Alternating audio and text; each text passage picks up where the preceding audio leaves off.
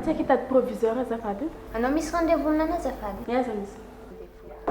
Azafady koa proviseur fa misy izy mandeha mpianatra zay ao mitady an'azy. E ampidira izy.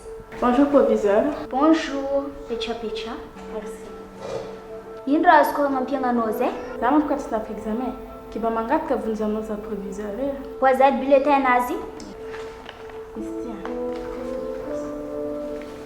Io e? Note ny mpianatra anao tsy manjary be karaha ty? C'est normal ka izy koa tsy nafaka examen. Ya, besa mboako zegny. Besa dangala dossier na. Allô? Bien koa zegny azafady e. Mitongava malaka amin'ny lycée d'or tianareo zio ty.